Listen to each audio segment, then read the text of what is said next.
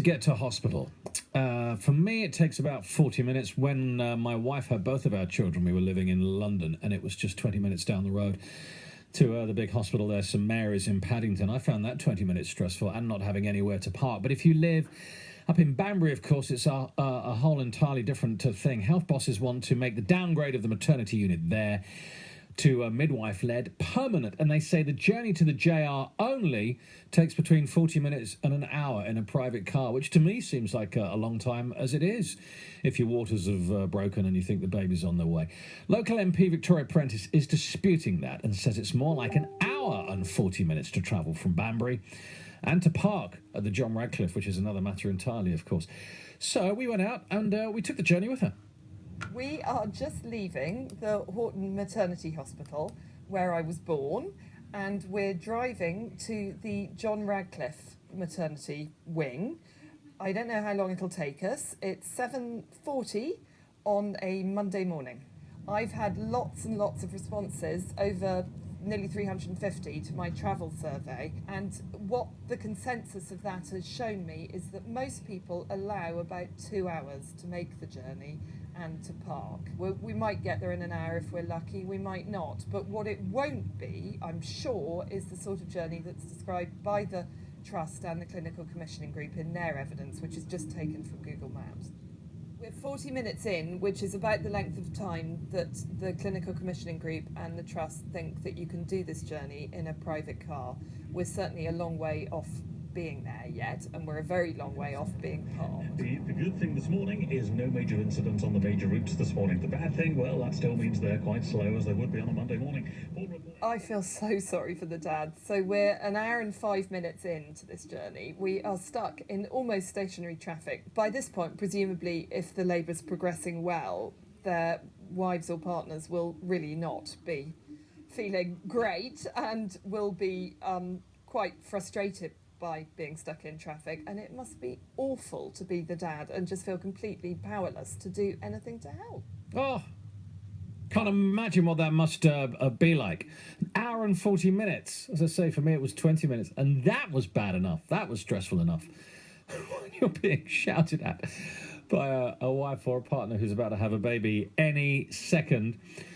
Here's what you've been telling us, and thank you for your comments on the Facebook page about this. BBC, it's facebook.com/BBC Oxford. Judith says, this is Judith Dunn, during an already tense time for both parents, this is an additional stress they don't need.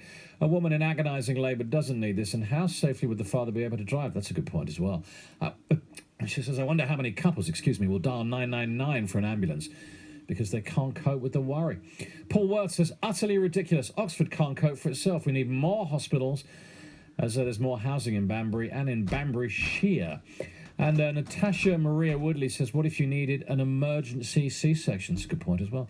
Heidi Yates is expecting a baby very soon. She lives in Banbury and may well have to go to the John Radcliffe to give birth. Morning, Heidi. Nice to speak to you. What's your biggest worry about having to travel to the JR?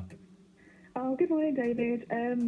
So basically it is the travel time and the stress of parking, I think, for me personally, because where I live in Banbury at the moment, I'm literally 5 minutes down the road from the Horton. So an ideal scenario, obviously, would be to, just jump in the car, hopefully, and get there without any stress or worry. This is your second baby, isn't it? How long was your first labour then? Yeah, this is my second. My first labour, my little boy arrived 2.5 weeks early. Quite unexpectedly, and the labour pretty much was under an hour from sort of waters to birth. So. Oh my goodness! So in this, if it was an hour, if your waters broke, for example, this morning, and we estimate on a Monday morning an hour and 40, you'd be having the baby on the dual carriageway or whatever. I know, exactly. That's not a thought that I'm particularly relishing at the moment. How does that make you feel? That idea? Pretty stressed, yeah.